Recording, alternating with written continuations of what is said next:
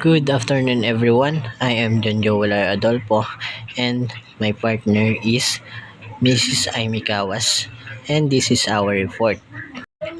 Okay, this is our report.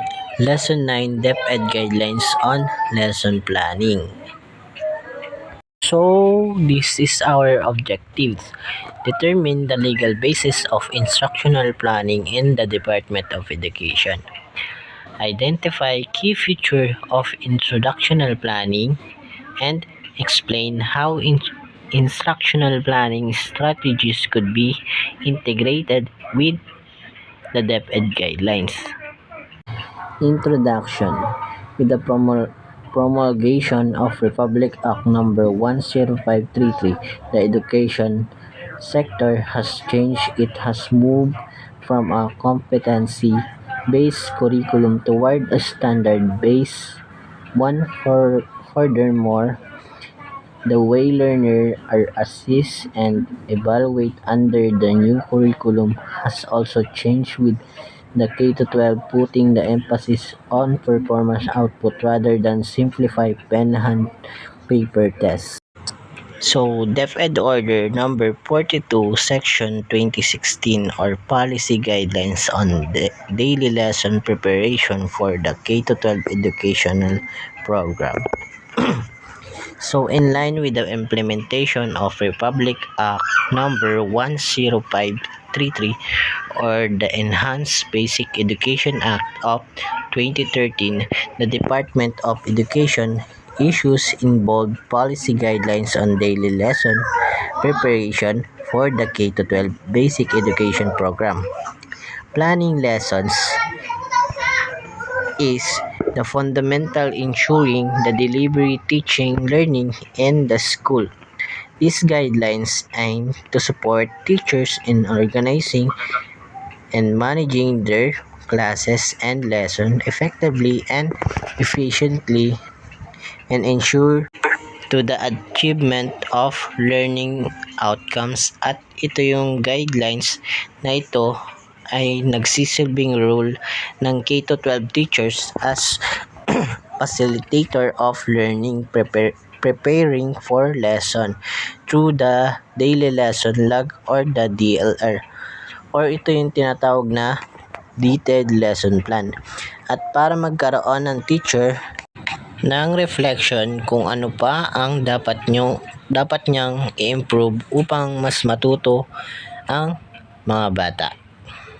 So the next is element of learning plan.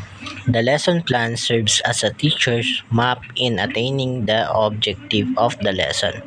As such, it should be carefully crafted, containing the necessary detail to tackle the particular topic. Essentially, the lesson plan should answer the following question. Number 1, what should be taught? How should it be taught? How should learning be assessed? So, sa paggawa daw ng lesson plan, ay kinakailangan masagot ang mga ito. What should be taught? How should it be taught? How should learning be assessed? So, ito daw pong mga tanong na ito ay kailangan sagutin ng ating ginawang lesson. So, the first is, what should be taught? In planning for daily lesson, the teacher need to follow the curriculum guide of the target area. As such, a deep understanding of the curriculum is required from the teacher in order to teach content. Key area to be taught from the curriculum guide are should be taught at content standard, essential knowledge, understanding, performance standards, learning competence. So, the teacher need to understand the subject matter deeply and flexibility so they can help students create useful cognitive maps, relate art to another idea to another, and address misconceptions. So, importante na alam ng teacher yung ituturo natin upang maging maayos yung flow ng discussion. at makapagbigay tayo ng knowledge sa mga bata. So the second one is how should it be taught? So these strategies could include as direct instruction. Ito ay yung pagtuturo ng isang guro na magkaroon ng makatotohanan. Hindi lang siya basta-basta yung nagdi-discuss. Gagamit siya ng mga real object upang mapakita niya sa mga bata ang mga bagay na related sa kanyang discussion o sa topic. So the direct instruction where the material is taught in a sequential manner is the strategies is usually used in teaching facts, rules, or action sequences. So, ganito daw po yung direct instruction. Halimbawa, for example, ang ituturo ko pong topic ngayon ay tungkol sa pagtatanim. So, kahit i-discuss ko ito sa mga bata ay hindi nila ito malalaman ng gaano. Kaya, for example, magdadala ako ng pananim at lupa, syempre. At pwede ko rin po silang pagdalhin para direct ko sa kanilang ituturo kung paano ito itanim. At yun yung tinatawag nating direct instruction. Naintindihan po ba? So, the next one is indirect instruction. Is the strategies that direct involve the learners as more active participant in the classroom rather than a passive one. So, dito ay nagkakaroon daw po ng active participant ang mga bata during the discussion para malaman ng guro kung sino ang active or not active. Yun po. Naintindihan po ba? So, the next one is interactive instruction. So, dito naman po ay pagkakaroon ng conversation ng student to student in teacher to student. For example, recitation, groupings, activities, and reporting, ganun po. So, dito naman po sa experimental instruction, so dito po ay matututo daw ang mga bata kung nakikita nila yung totoong sinasabi ng isang guro. For example po, dito is yung picture na naka-indicate sa PowerPoint. So, ang picture na yun ay mas mabilis nilang magigets o maiintindihan ang pinaliwanag ni teacher kung naka-indicate dito.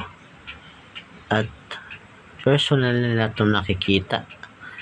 Doon po papasok sa utak nila na mas magigets nila. Yun po. So, the last is independent study. As the name suggests, the teacher control of the learning experience is reduced and gives the learners the rein on their interaction with the content.